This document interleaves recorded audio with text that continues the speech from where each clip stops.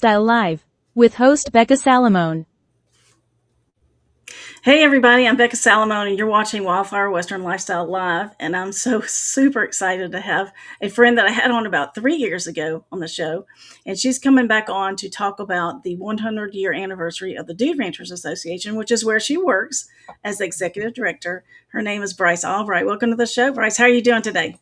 I'm good. Thanks for having me back. I'm excited. Yeah, me too. So a lot is happening this year with all this stuff, and so that's what we want to do is just share that information with everyone. So if they want to get involved, they can, and just for general knowledge to have that out there. So first of all, for people that don't know, tell a little bit about the Dude Ranchers Association because they may not have watched our other interview. Yeah, we're going to trust that they did, right? Yeah. That's because we're going to send them to it, actually. Dedicated followers. Yes, and we'll send it to them so that they can follow back up. But so the Dude Ranchers Association, we're a trade organization that we're celebrating 100 years this year. And we help people find dude ranch vacations that they are a good fit for. So we represent over 90 ranches in the Western US and Canada, and a variety of different properties and different experiences. But we are a free resource that helps people narrow down the choices and find what ranch is best for them. Awesome. So you work with both individuals and travel agents. And so explain a little bit how that works. Definitely. So we work with individuals on the basis of if they're looking for a dude ranch vacation, not sure where to start, or they kind of just get to our website, get a little overwhelmed because there is a lot of information. We help provide recommendations. So we narrow down the choices for them, send them recommendations. Like I said, we're a free service. So that definitely helps people. And it actually kind of eliminates having to work with a travel agent for the most part if people want to do it themselves. But we do work with travel agents as well. Most of our ranches do work with travel agents to an extent and pay a commission. It varies. It varies on what they pay on. But they are big supporters of anybody that's willing to help them promote this experience. And we do the same thing for travel agents. So they tell us what they're looking for in their clients and what their needs and wants are, and then we help provide recommendations. Awesome. All right, so let's go to the 100-year anniversary. So this is something super special. Tell us a little bit about when it was founded, what happened in the early years, maybe the mid years, and what's going on right now. Yeah. So the Dude Ranchers Association was formed in 1926. And so, yes, it is our centennial year. And as far as we can find, we're the oldest agritourism organization in the nation. So it's pretty cool. Yep. And back when this was started, there was a group of ranchers and also like railroad officials, national park officials that all joined in Bozeman, Montana, and really kind of came together and brought their brains together essentially to figure out how they could preserve and protect this Western way of life and the cowboy lifestyle and how they could all work together. And so that's when the association was formed. And throughout the years, it's evolved. But truly, the one thing that stayed the same is the experiences that they provide. And that's what's really special. And that's what makes Dude Ranch Vacations so special is they're a timeless vacation. And even though they may evolve, in terms of they may get some updates in the cabins or the horses might change a little bit from year to year, it's still the same experience. It's still kind of that magic of stepping out of the busy everyday life into a much slower and just truly peaceful experience in the West. Definitely. So it's kind of known as like the original all-inclusive family vacation. Right. It is. Yeah. So for the longest time, and we still use it today, but kind of the tagline and the slogans was the original Western adventure vacation. And it's true. It's a total adventure, whether you're horseback riding, fly fishing, river rafting. We even have ranches that have zip lines and rope courses, whatever it is, there's a different type of adventure for everyone. And it's always been just this truly authentic experience as well. Yes, definitely.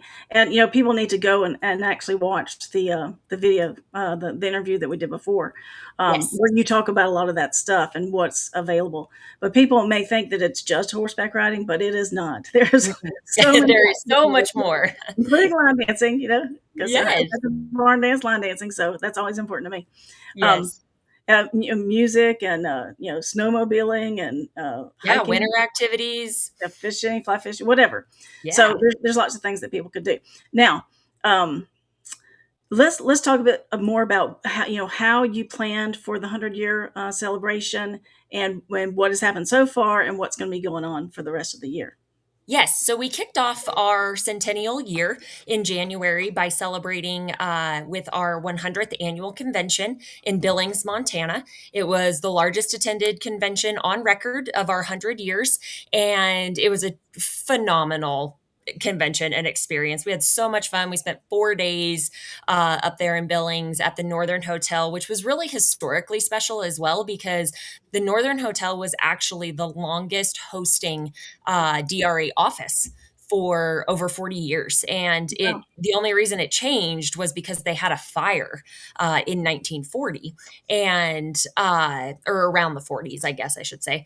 And they, unfortunately lost everything. We lost pretty much all of our Mhm. records and whatnot, but it was really special to kind of come back to that place and just watch everybody mold together. And so we kicked off with that. And during that convention, though, we also had the opportunity to have Wyoming PBS do a phenomenal documentary on dude ranches. And it was called The Call of the West.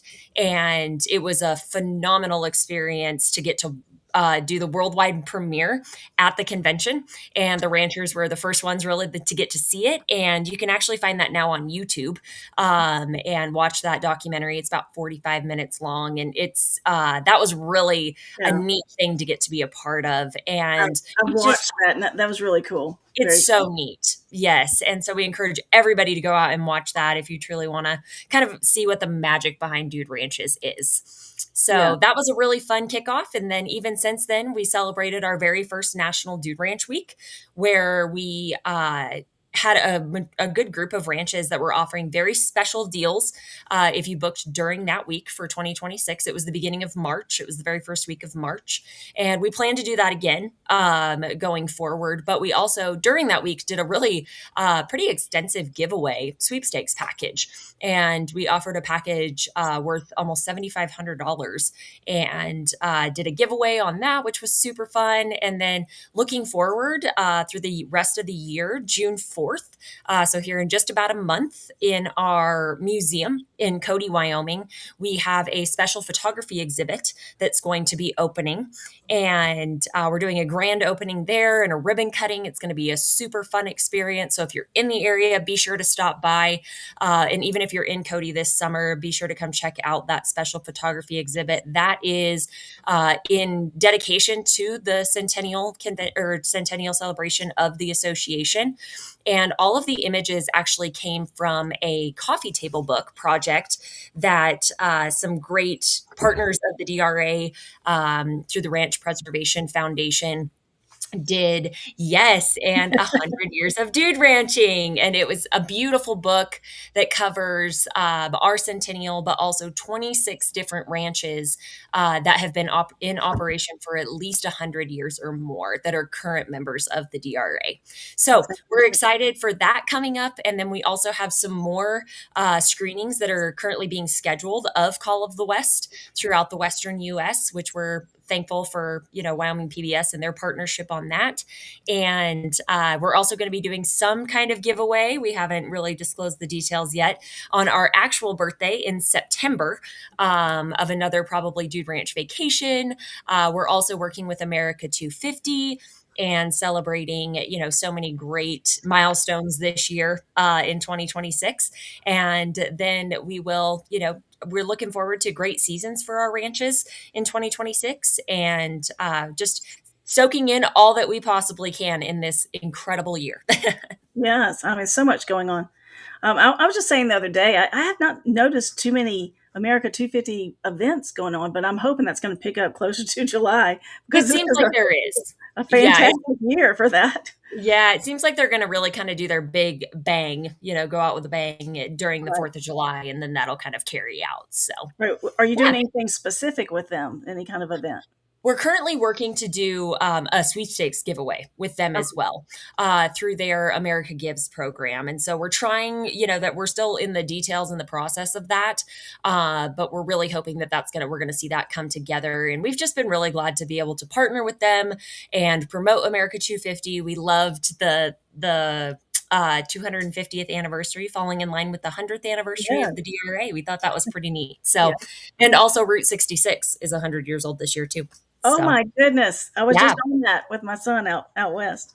Fun things. We came out there and we made an 11-day trip and visited, well, maybe it was more days than that, but we visited 11 national parks in those times. Wow. And so we were driving, sleeping, getting up, driving, looking. The next one.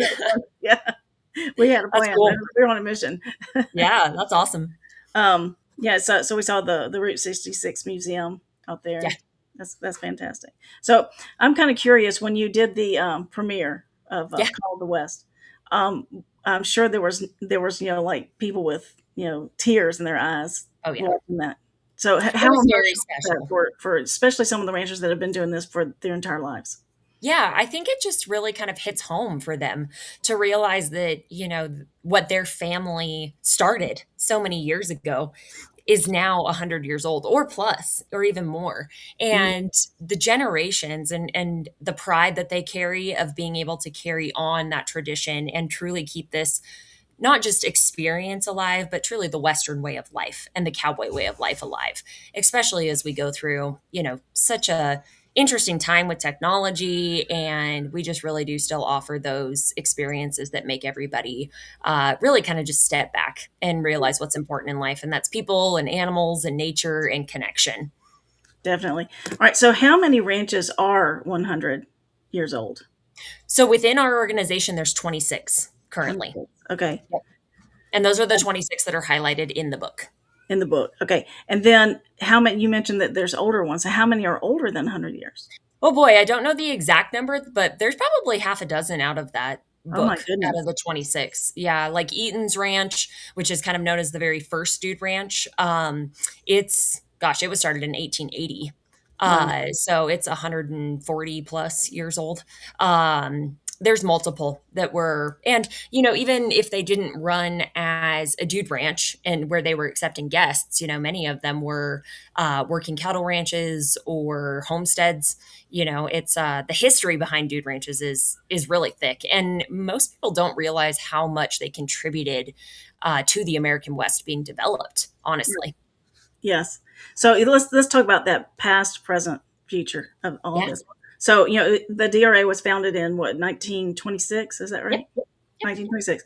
Okay. So what was kind of like the original spark and like what led people to unite and form it? And then kind of talk about their mission then and how it's changed over time.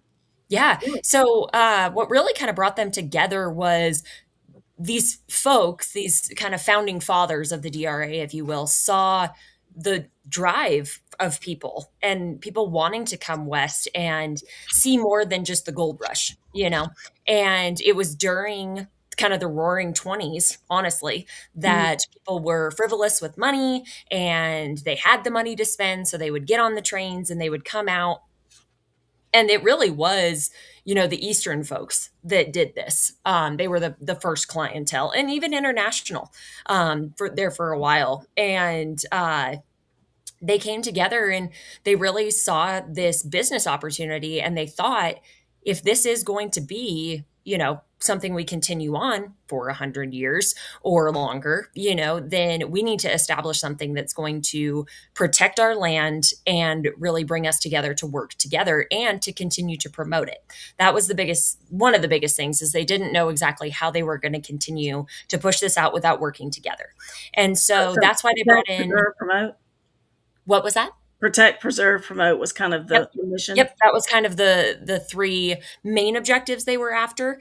And then they were also working to standardize practices. So everybody was kind of on the same page. And then, with so many of them being around national parks and what was going to be developed into national parks, it was really important for them to work with Fish and Wildlife and the national park executives to ensure that they were going to be able to offer that, kind of draw to their guests because they needed that help from those guys and that experience. And so they, like I said, came together. And then the railroad officials were really another big part of it because that was how they were advertising. That was a really big part of how they advertised because that's how people got there, and without the railroads, they didn't have guests. Right. So, that's, it was formed, and truly the mission at the time was not much different than what it is today.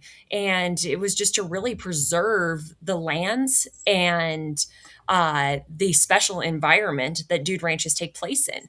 And then also the cowboy, like I said, the cowboy way of life, the authenticity that is so important. And we see that even more today. It's amazing how timeless their mission has been in over 100 years, how it really hasn't changed. Yeah. So throughout that development, the American cowboy, this just kind of became a cultural phenomenon. It And did. I learned somewhat recently that cowboy originally was a derogatory term. Mhm. And, the boys who were tending the cattle and like, going to town and having a good time and not showing up when they're supposed to. That's Yep. why they called them cowboys. And then that's versus the cattlemen that were, Yep. basically the owners of the ranches and things like that. Exactly. And so, but over time, cowboy has become, something that somebody wants to aspire to, and Yes. It's good a term to strive code for of sure. ethics and good work ethic and things like that, and Yeah. traditional values. So, um, Yes. so that has always been entwined with dude ranching. That whole Definitely. concept. Yes, definitely. It was a very important part of it, the morals, and even today, handshake agreements and your word means something. It holds Right. weight, because we just really don't see that in our world anymore. And so we just really try to strive to keep those values alive as well, the values and morals of the cowboy code of ethics, if you will. Right. And then also, it's been multi-generational families that run these ranches, and Mhm. so they're involved in the stewardship of the ranch and the lifestyle as well. So, like, how is that? How many of those ranches have those families that are running those ranches? It's becoming less and less, which is really sad.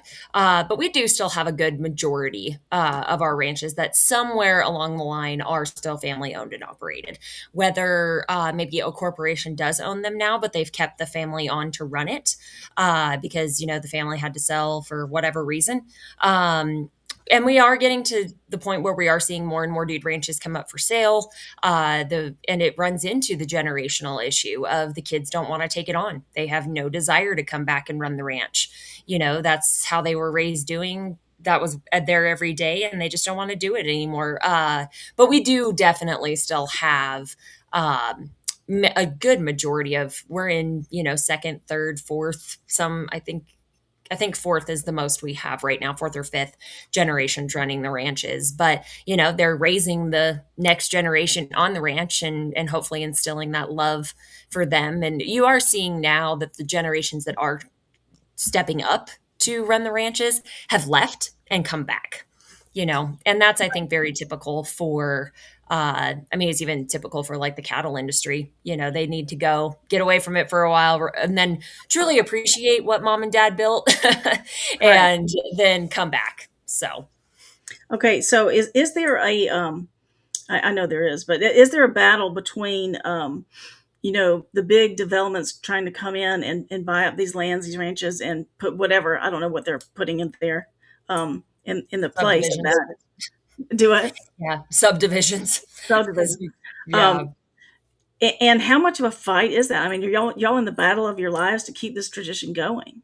Somewhat, yeah. I would say that there are, the encroaching kind of developers and that have reached out to prospecting ranches, and trying to get them to sell off land. It isn't as huge of a thing because usually they sell, the continuous land, not just a chunk here or parcel there, because it really does detract from the experience, And so but they strive hard, and the developments, even just in surrounding areas of the ranches, has become an issue.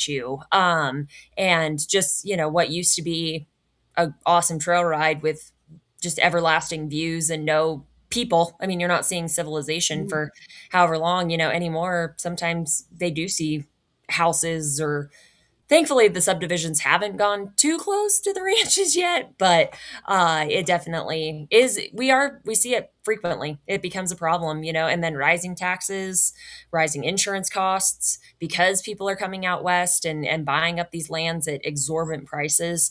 It is really tough, and it makes it hard for anybody to expand and grow. They kind of then get kind of pigeonholed into what they have, and are forced to operate on that. Yeah, so kind of modern technology is meeting this Western traditional lifestyle. So Yeah. and then also talk about that on a micro level on each ranch. How are they controlling technology, cell phones, Wi-Fi coming Yeah. in and encroaching on that lifestyle? Yeah, it's never ending, and the business travel, the leisure business travel over the last 5, 6 years since COVID, when everybody could work remotely, uh, has benefited dude ranches in a sense, but also like it's kind of pushed some of them to have that Wi-Fi ability and be able to connect a little bit. But truly, there are some places that just don't have it, and they're not willing to budge on it. They have Wi-Fi maybe in their lodge or in one kind of specific area where people can come check in. But truly, that's like we've talked about before. The beauty of dude ranches is once they get there and you get a day or two into it, they forget about it and they don't want to be close to their phone. They don't want to be looking at Mhm. that. And the kids are usually so tired by the end of the day that they don't need a show to go to bed or whatever it is. And that is what's truly magical about dude Yeah. ranches. I'd seen one lady talk about it. I don't know which ranch it was, I forgot, but she had talked about that they create a room, especially for I guess the teens to do their The internet devices there, jailhouse. and yeah, and I was Yep. thinking, oh no, that's the whole point. We want them off of that for that time period. Yep. They can do that when they get back home. Yeah, Exactly. but I guess the Yeah. pressure is extreme because people live and die by their phones these days. Oh yeah, people can't, and it's they people are ranches are pretty strict about it because it does become a issue with if you're on a horse, you don't need to be. Right. You're still trying to control an animal that has a mind of its own, and you need to be paying attention and your balance is affected and that kind of Right. stuff. So people do get uh, they are pretty serious though about the phone usage. And there are many ranches, they don't let them on the public places. They don't want you, having them on like say the decks and the porches of the common areas, and definitely not in the dining room. That's kind of definitely a no-no, and they are not scared to call you out on it. That's kind of the Really. nice part is we're trying to protect you know an atmosphere that's really Right. important that doesn't include technology. In that lifestyle. So, but what about when you're on a ride and you see this gorgeous scenery and you want to take a picture? Yes. Do they have like moments where they stop and they say, "Okay, you can take out your phone, take a picture"? Yeah. Yeah, and anytime. I mean, they'll tell you if you want to stop and take a picture, all you have to do is ask. Okay. And so they really do lay out those lines. It's really just all part of safety, honestly. Yeah. All right. So this whole surge in 2026, and it's been going on for a while, for cowboy core and unplugged travel and things like that. Um, are you seeing that through with the dude ranchers there? And how is that affecting bookings and availability and all of that? Yeah, the trends are ever changing, but it has been pretty consistent over the last 5 years. People want to disconnect. They want to kind of digital detox, if you will. Mhm. And like you said, unplug, reconnect with family, reconnect with nature, reconnect with themselves, honestly. And but definitely live the life of a cowboy. We've had kind of the resurgence, in the 90s, it was city slickers. That was the really big draw that drove people to dude ranches. They wanted to go be like Billy Crystal. And even though dude ranches didn't necessarily quite offer that experience, Right. they offered something, very close and people loved it. But it was a pop culture, phenomenon, if you will, for the Dude Ranchers Association and dude ranches in general. And then our kind of generation, City Slickers, was Yellowstone, was the Yellowstone. show Yeah. Yellowstone. And now just every spinoff that Taylor Sheridan Oh continues to yes. do is just creating more and more hub around it. Like it's not quite lost its luster yet. And which is fantastic. It seems People like it still just keeps want, going. yeah, they just keep So many, going. yeah, Like so many different it series. just keeps creating everything new and it's great. We love it. It's we don't necessarily have train stations. You're not going to probably come be riding reining horses at a dude ranch, but you are going to ride, nice horses. You're going to see beautiful country and truly get to be immersed and surrounded by the Western lifestyle and people. So definitely the trends continue to draw people to dude ranches, though. Definitely. Yeah. So I was very lucky to get to go out to Fort Worth in the beginning of the year for my travel agency graduation party.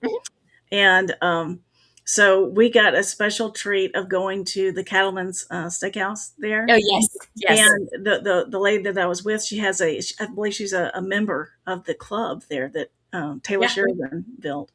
So we got to go downstairs, and I was like maybe 10 feet from his table, but unfortunately he wasn't there. Yeah, people ask me frequently, they're like, has he ever come to a dude ranch? And I'm like, no, I don't think so. I don't think Not any of mine that I'm aware of anyways. So I think people think it's all connected, but it's, lots of different pockets of that going on. Definitely. Yeah. Fort Worth is definitely a big pocket for that. It is. All right. Now, in terms of like the experience for people on the dude ranch and what the activities are and things like that. One of the big draws has been after you ride all day or do your activities, you come around as a community, maybe around the campfire at the lodge where you're eating, and then maybe you go out and have cowboy poetry or some singing around the campfire, line dancing, things like that. Is that still being done in most of them? Oh yeah. Yeah. I mean, and that's kind of the beauty of dude ranches is if you guys want a campfire, 90% of the time they'll start one up for you. I mean, even if that wasn't on necessarily the planned activity, but they definitely realize the community that is formed, like you said, around the dinner table, around the campfire, around time when things are just quieter and you get a chance to truly talk to someone. It's not loud. You're not trying to focus on different activities or you just get to dance, like you said, and learn together and square dancing, line dancing, whatever it might be. There is a lot of ranches that do still, kind of contribute to that. And because it's fun. It's it was always a big part of that was their entertainment in the West, and so bar fights, that's pretty much gone by the wayside. But other than that, about anything else you see in a movie, you're going to probably find it at a dude ranch. So that's one of my goals. And, since I am an instructor, is to lead a group to come out there to a ranch, any ranch, lots of ranches, and teach while I'm there. So that'll be and ride in the day, teach at night. Yeah. That's my goal. We'll see what happens. Yes. We'll manifest it. It's out there in the universe that's now, right? That's right. I put it out there just now. Yeah, that's right. Now it's out there. All right. So talk a little bit about, we talked in the last interview, we talked about the fact that a lot of people that come out there have never seen a horse or been on a horse, or this has been a lifetime dream for them to be on a horse, touch a horse, whatever. But they don't know everything about horses. And so you have like the horse safety programs and educational aspect to it and selecting the right horses. So just kind of briefly talk about that real quick so people feel comfortable about being on a horse.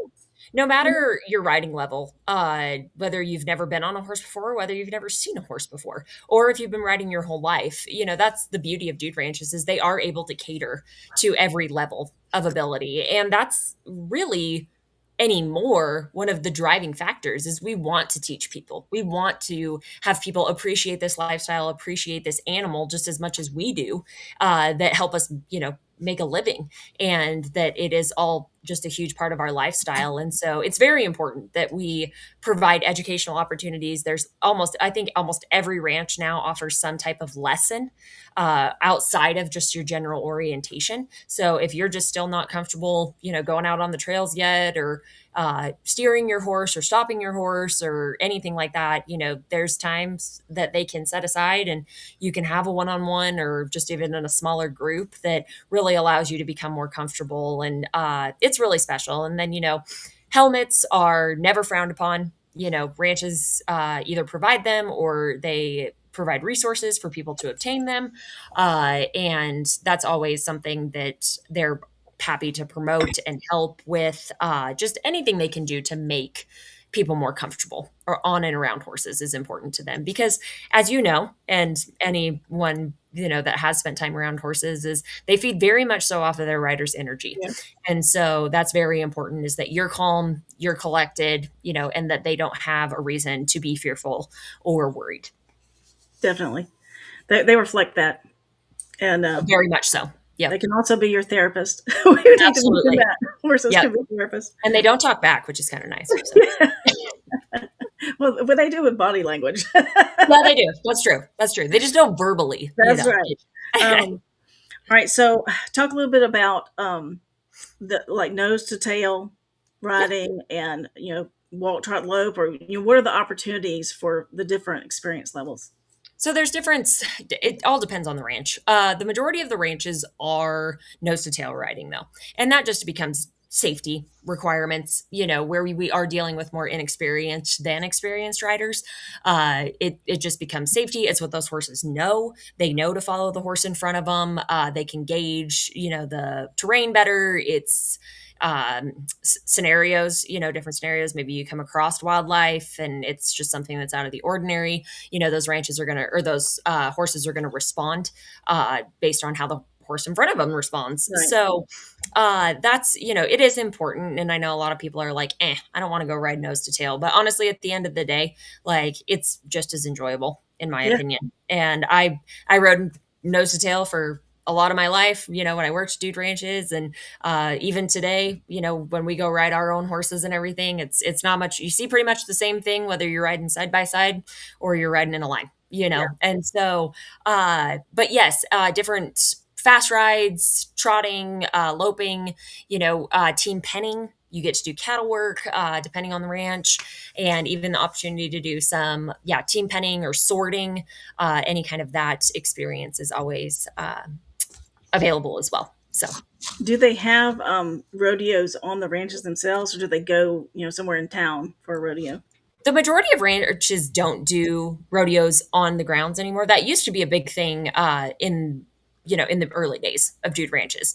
That was usually it was the staff that participated in it. They put on a show, if you will. We do have some ranches that, at the end of the week, the guests participate in some type of little rodeo, whether it's barrel racing or a boot race or, something like that. We do have ranches that, have team roping or some type of roping that guests can watch. But there are a lot of ranches, depending on where you're at too, location wise, that have weekly rodeos. Like Cody, Wyoming, they have a nightly rodeo. And in the summertime, Dubois, Wyoming has a weekly. Jackson has multiple times a week. It's not quite daily. West Yellowstone, down in Granby, Colorado. It kind of just all depends on the location, but that is an opportunity. We do have a ranch in Arizona. They put on kind of a ranch rodeo, if you will, where their staff participates, so the guests get to watch because they don't have that opportunity to take their guests to a nightly rodeo or something. But yeah, so rodeos are always an option though, depending on where you're looking at going. So, and that's such a great holder of the Western lifestyle as well. It really is. It's very special. That's it cross country. Yeah. Yes. Yeah, I've always wondered how Cody does a nightly rodeo and how that just keeps going and going and going. They're amazing. They're amazing. Nikki and Maury Tate do such a good job, and we sponsor and the Dude Ranchers Association, that being our headquarters, we love it. And we just think it blends so well. Our ranches all, are big supporters of them around the area. They bring their guests to town and for it. It's a true highlight of people's Dude Ranch vacation for sure. Definitely. So we talked a little bit about, sustainability, stewardship, and keeping these ranches going and fighting against any kind of big developers coming in. So what is kind of like the status of all that right now? Are they in danger of going away, or, is it being preserved well and people are aware of it, so it's going to keep going? For the most part, the ranches are working to have conservation easements, whether it's in a trust. We are seeing a lot of that, of ranches putting their lands into trust if they don't have a family to carry it on, but they have trustees or something. Really, the only danger we're kind of looking at is decreased use within the national lands, the government lands, so national forest, wilderness, BLM. And so that it gets a little scary. Just always, it depends on drought. It depends on wildlife habitats and that kind of deal, permitting. It's a ever-changing world with the government affairs on that. And so that becomes a little bit of a hesitation for ranches, and cost drives most of that is if it becomes totally out of their budget. But mostly wildfires, excuse me, have become a little bit more daunting for sure. And that's driving insurance companies to not love, having these premium or these policies on these dude ranches. So we have been fighting kind of that battle at an association level and ranch level, of course. But for the most part, the biggest thing that we see now is if a ranch does get put up for sale, of course, we worry and see if it's actually going to continue on as a dude ranch. Over the last almost 10 years that I've been doing this, there's been probably at least a dozen ranches that have sold that have not reopened as dude ranches. They become private entities, private playgrounds is kind of how I deem them, or private retreats just for corporations or whatnot. So, which is really sad. And that's more of causing the decline of dude ranches rather than the land not being able to hold up, essentially. Is there a drive to have some kind of foundation or organization buy those ranches that are come up for sale like that? Ideally, we would love to have that. But, we do work through, we have a program that we have developed over the last couple of years. We call it our Preservation Fund program. And it's an opportunity for guests of these ranches to contribute to this program. And that money gets split between us and our Dude Ranch Foundation. And our Dude Ranch Foundation focuses a lot on the preservation and conservation efforts of ranches. And so the money goes to help support that. And then on the Dude Ranchers Association side, we use that money to help just continue to promote dude ranch vacations and really make sure people are, aware of this, because it's amazing how many people have no idea what a dude ranch is. Yeah, it's true. It's really true. It is. Yes, I hate to harp on all that, but I get worried about it disappearing and people not getting to experience it. So do we. I live in Alabama, and every year while I had my horses, I don't have horses right now, but every year that I did, I would ride in the Christmas parade, in the Kelsey Christmas parade, and I would be mobbed with people surrounding my horse, stopping the parade, wanting to pet, wanting to ask questions. They'd never seen a horse. They'd never touched a horse. I'm like, my horse was an ambassador for the horse community. Yes. And I want to stand up and say, people, go to dude ranches while they're still there. Yeah. Yeah, we hope to be able to continue it on for another 100+ years, and we do have a really dedicated group, which is amazing, that are forward thinking, and they are truly dedicated to preserving and continuing this Western lifestyle and the dude ranch lifestyle. And so we just hope that we can continue to offer the resources that they need and help them any chance we can. But our biggest help that we can offer is just telling people about it, getting more people out there to these ranches. So speaking of those resources, we spoke before about the Dude Ranch Foundation and all that it does. So just talk a little bit about, the next generation coming up and how you prepare them, either through education and scholarship funds or training for wranglers or, anything like that helps. The Dude Ranch Foundation is an invaluable part of the association. And so they are technically our true nonprofit arm of the association, and they're completely donation based. And everybody, that works for them and sits on their board of directors is somehow directly tied to the dude ranch industry, of course. But their scholarship program is probably one of their biggest initiatives. They have 4. So their scholarships are huge. I'm actually a scholarship kid of the Dude Ranch Foundation. That's actually how I kind of got to where I'm at today, is I was a recipient of that scholarship after working on a dude ranch. And you don't have to work on a dude ranch now. They're kind of expanding out their opportunities for educational assistance, but we just love anybody that wants to know and learn about the dude ranch industry and Western industry to apply for that. They give out around $30,000 to $33,000 every year. I think they're close to $500,000 that they've given out in their existence in the last 30 years. Which is pretty incredible for not only their association foundation. So they focus a lot on that. One of their other key initiatives that's very beneficial to dude ranches and our members is their horse safety program. And they teach from a insurance agent level, a lawyer level, a risk management level on everything that, ranch owners and operators need to be aware of in terms of horse safety and how it affects their ranches and their guests. And then even they took it a little bit further, probably 15 years ago, 20 years ago, roughly, and they started training their wranglers. And so many of our ranches go through the Wrangler training program through the Dude Ranch Foundation and spend a couple days going through a pretty rigorous training. And they receive certificates for being in that program. And it really just allows the ranch to have their staff aligned and everybody essentially be on the same page. So that's really big. And then they have obviously their conservation efforts, like I was mentioning earlier. So whether it's wildfires, stewardship, of the land, kind of the economic side of it, and really just trying to preserve these lands that we participate on. And that's, a very important, and then education is huge, just whether that's kind of their all encompassing of what they do. We have our museum in Cody. We have, they do different advertising initiatives as well themselves. And then they also have, like I said, every component truly of their programs has an education aspect. So that's just all really important to them. And then just continuing to help, keep Dude Ranches alive. That's one of their biggest things. So we're really grateful for all the work that they do. It sounds like they do a lot. They do. They work hand in hand, right? We do. Yep. Okay. Now, it just kind of occurred to me when you talk about the Wrangler training. I assume that people need to know how to ride horses to do that because that's more of an advanced.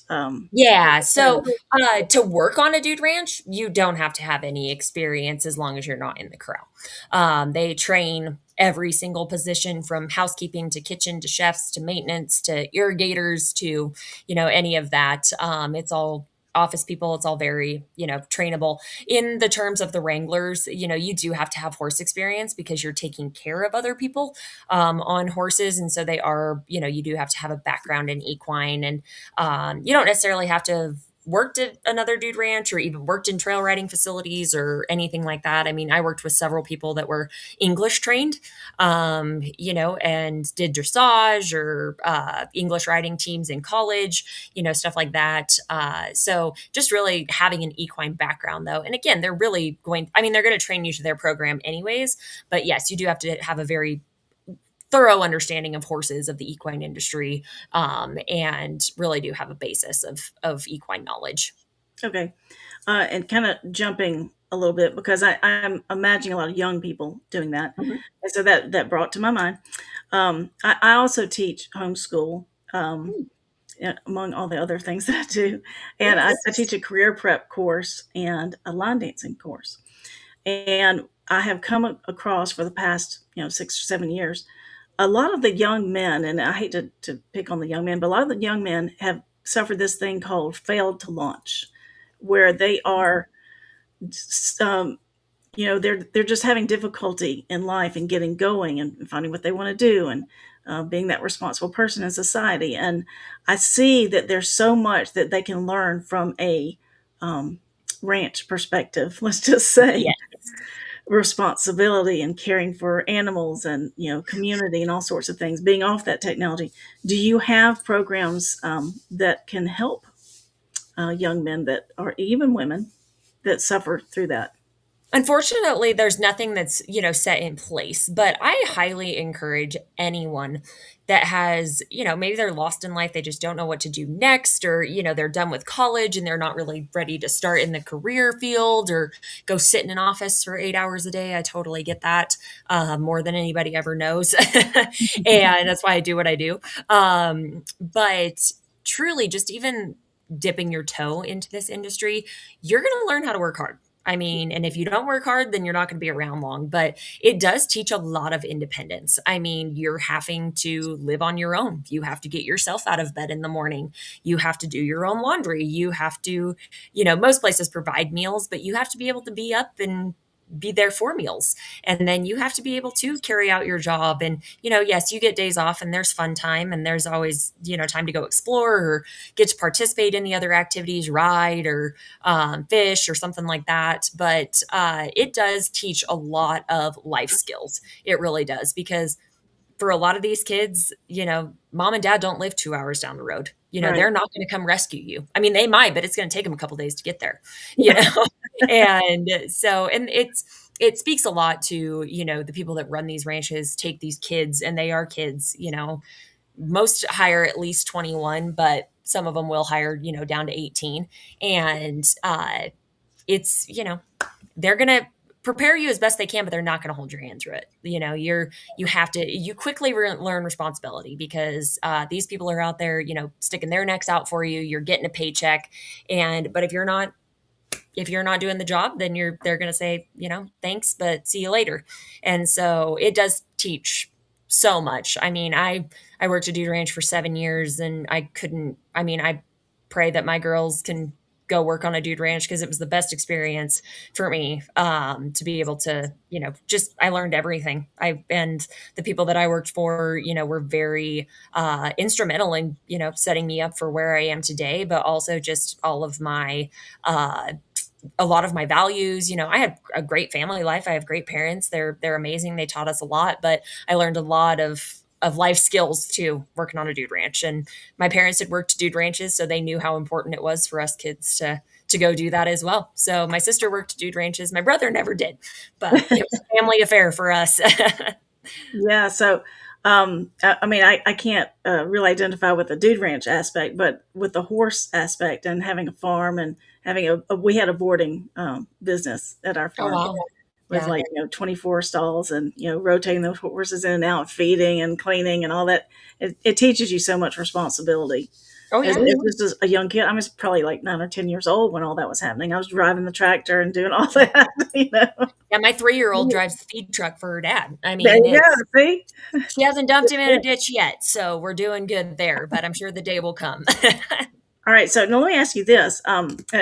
I have my membership form, which is over here. I have filled it out. It is ready to go in. Look at her go. But what I want to know is, can anybody join to help support all these causes, for the Dude Ranch Association, the foundation? Can anybody join as a member? Yeah, so we have 2 different membership tiers. So we have our member ranches, which is the properties that we represent. All those have to meet very specific requirements,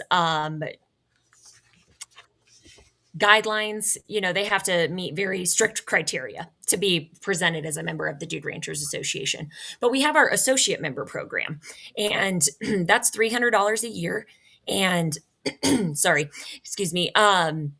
$300 a year, and you get, as a business, there's great benefits for it, especially if you're wanting to get involved in the dude ranch industry. But it is just a huge support as well. And if you're, not really keen on the membership side of it and not wanting to do that, our Dude Ranch Foundation, like I said, is a tax deductible. It's complete write-off. It's a 501c3, and they're always accepting donations. And if you want to earmark it for something special, if you want it to go to the horse safety program, or you want it to specifically go to a scholarship, they're completely open to that. Essentially, their goal is to down the line be completely self-funding through their endowment accounts and their funds.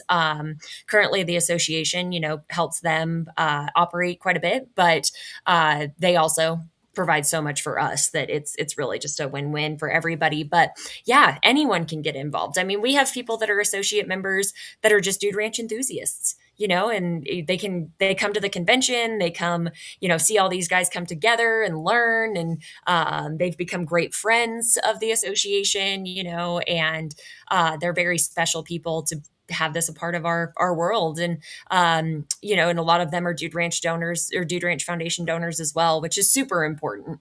And so if you are looking to just be involved and want to contribute, we highly recommend looking at both options, the associate membership with the association if you're business based, or if you're just wanting to contribute and get some nice perks of our, we have a great Lariat Legacy magazine that the foundation puts out once a year.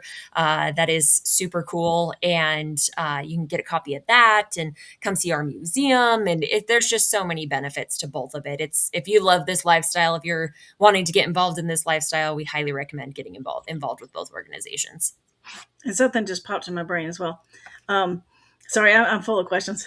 I love it. It's great. I'm a curious person. So I'm thinking, in terms of, being a travel agent focusing on the Western lifestyle. I would like to know, for each ranch, what other things around the ranches, depending on how far it is, Mhm. are Western activities, or things that people could do, like Western shopping, or Oh, whatever. yeah. Do you have it listed somewhere on the Dude Ranchers Association page? Those extra little different Western businesses or venues. We don't have it with the association, but most of the ranches have that other things to do, you know, place on their website, whether it's a page or just kind of a scroller bar at the bottom. But if you think about it, most of these ranches are close to super cute little Western towns. And so, whether it's different activities, like, Tucson is full of Western activities. Yes. And then you've got Wickenburg, which is like a total Western fun little town, and the shopping there is phenomenal. And then, like Jackson or Cody, Wyoming, or even like Granby, Colorado, these Estes Park, there's these fun little places. And even just, we highly recommend too, checking out the Chamber of Commerce's in those areas where those ranches are really batched, because they're going to have a mile long list of everything. So, Perfect. yeah. Awesome. I'm excited about that. I'm going to go find more information. Yes. Now, we're going to roll back around to the 100-year centennial celebration. I'd actually Googled and looked up, what kind of activities are going on for this, right? So, and let me just make sure that they're accurate, because you never know about AI, right? Yeah. So you did have the 100th centennial convention. We talked about that. You had the Call of the West documentary. Yep. Right. You had the book that I held up, The 100 Years of Dude Ranching. And then the museum exhibit, The Wrangle by Scott Baxter. We talked about that, right? Okay. That's what's going in our Cody Museum. Cody Museum. Excuse me. And then it says that there's a partnership with Durango Boots for special limited edition boots. Is that true? So we did, our partners with Durango Boots, yes, created 4 pairs of special edition 100th anniversary boots. And so I actually was lucky enough, I have a pair. They're beautiful. I love them. I wear them everywhere. And then we have a pair that's in our museum in Cody that will forever be, just a memento of our 100th anniversary. And then we auctioned off a pair at our convention, which went to a ranch, which is super cool. And then we actually are doing a giveaway with Durango Boots around the National Day of the Cowboy, which is July 25th, and for a chance to win that last pair along with a Dude Ranch vacation. So to Eaton's Ranch, actually, to our oldest first Dude Ranch. So you'll have to keep an eye out for that. But yep, that's going to be the last time that anybody's able to get their hands on that pair of boots, because they only made 4 pairs. So yeah, super fun and super cool. We'll have more coming out about that here soon. Okay, that was actually my next question about the National Day of the Cowboy. And are you doing anything special around it? And apparently you are. That is very special. That.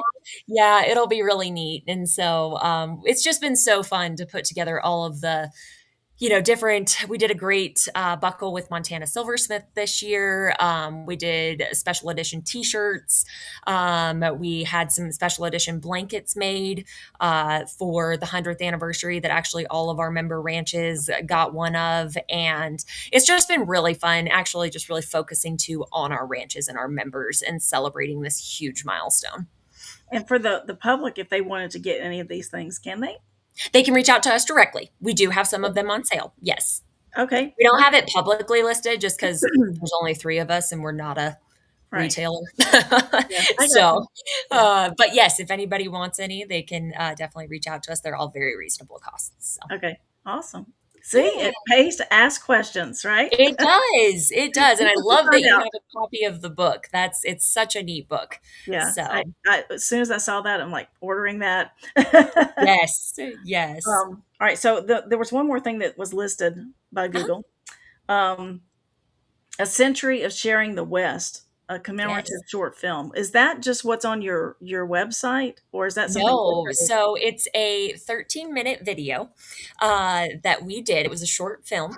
And we worked with two fabulous companies. So, Implement Productions out of Bozeman, Montana, and Fin and Fur Films out of Austin, Texas. And if you look into Fin and Fur Films at all, it's actually Ben Masters Oh, I is interviewed who him. owns that. And Ben is the one that did the film. And Unbranded. actually, Implement Productions did Unbranded. That Right. he was the producer on it. I did And a so, screening for that here. yes. And Yeah, so we worked with them this last year to produce this short film. And I definitely encourage everybody to go watch that. It's it's so fantastic. I've magical. seen it. They did a Yeah. phenomenal job. And so it can be found on our YouTube channel, on our social media. And it's a really special film. So Yeah, so I we're haven't excited. talked to Ben in years. What is he up to Yes. besides making films?